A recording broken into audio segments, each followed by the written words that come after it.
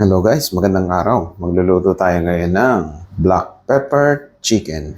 Marinate lang natin ang chicken. 1 tablespoon soy sauce, 1 tablespoon oyster sauce, 1 teaspoon sesame oil, 1 teaspoon cornstarch. Mix lang natin yan. Siyempre, gumamit ako ng gloves. Halu-haluin lang natin yan hanggang sa mag-marinate ng maayos. Marinate lang natin to ng 15 minutes hanggang 1 hour. Tapos, pwede nang lutuin yan. Tapos, gawa tayo ng sauce. Sa ating sauce, gagawa lang tayo ng same ng pinag-marinate natin. Lagay lang natin ng toyo, 1 tablespoon. Oyster sauce, 1 teaspoon. White sugar, 1 teaspoon. Cornstarch, 1 teaspoon. Tapos, lagyan lang natin yan ng konting tubig. Yung saktong lang yan. Tapos, mix lang natin hanggang sa mag-combine ng maayos yan. Kapag nag-combine na ng maayos, set on the side lang natin yan. Tapos, luto na tayo ng chicken. Magpainit lang tayo ng kawali at lagyan natin ng konting mantika. Ilagay na natin ang puting sibuyas. Sunod na natin ang bell pepper. Gisahin lang natin to hanggang sa mag-caramelize. Kapag ganyan na yung kulay, set aside lang natin yan. Tapos pan-fry na natin ang chicken na minarinate kanina.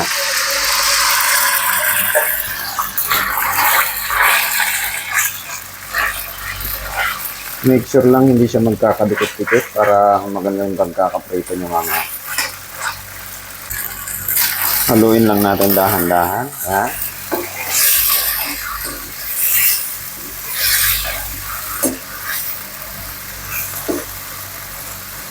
Yan, kapag alam nyo nang medyo luto na kagaya yan, set aside lang natin yan. Make sure lang na halos luto na yung manok bago nyo iahon or itabi. Yan, set on the side muna natin. Pagsamahin na natin yung niluto nating bell pepper at yung chicken. Yan. Set aside lang natin. Yan, gamit ang kaparehas na mantika, maglagay lang tayo ng luya. Konting slice lang yan. Konting pampalasa lang yan. Bawang. Sagisahin lang natin yan. Pag medyo umamoy na, saka natin ilalagay ang paminta. 1 tablespoon yan. Pamintang durog ang gamit ko.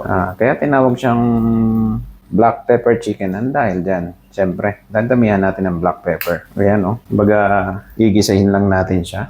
Ito yung magpapasarap dun sa natin. Sa chicken natin. Kung mahilig ka sa manghang, tamang-tama sa'yo to.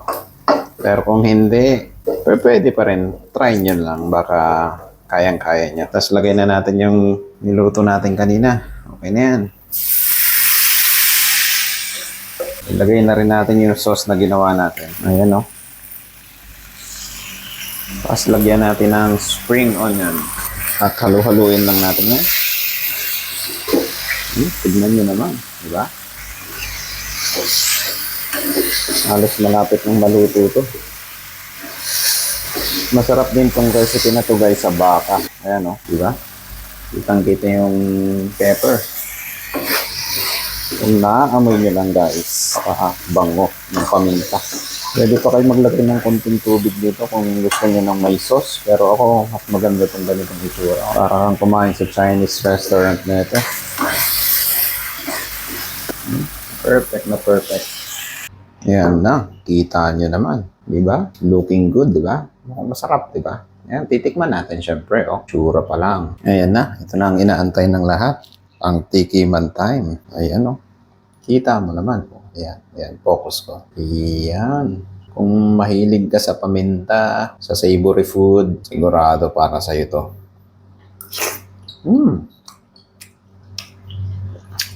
Sarap. Napakasarap ng anghang niya. Kakaiba talagang anghang ng paminta. Kung gusto niyo ng mas magandang kulay, gumamit kayo ng red bell pepper. Para pang Instagram yung galawan, di ba? Wala kasi akong available na red bell pepper, kaya green na lang ginamit ko. Titikman natin na may kanin yan. Naku, napakasarap na ito. Samahan mo pa ng soft drinks. Ay, kahit iced tea, panalo dito. Kaya kung makakuha ng perfect bite dito, gagamit nga akong kutsara. Parang kumain sa Chinese restaurant nito. The best. Napakasimple lang gawin nito guys. Sana masubukan nyo. Itong ng sibuyas. Tama-tama sa handaan to. Kung may mga birthday kayo dyan. Or simpleng celebration, pwede to. Another one. Kung gusto nyo na mas malasa pa, dagdagan yung oyster sauce. Hindi mo pa napapanood ang ibang videos ko, bisitahin ang aking channel. At follow nyo lang ako sa YouTube, Facebook, Instagram, Threads, kahit sa social media. Meron na ako dyan. Maraming salamat. Last bite, last bite.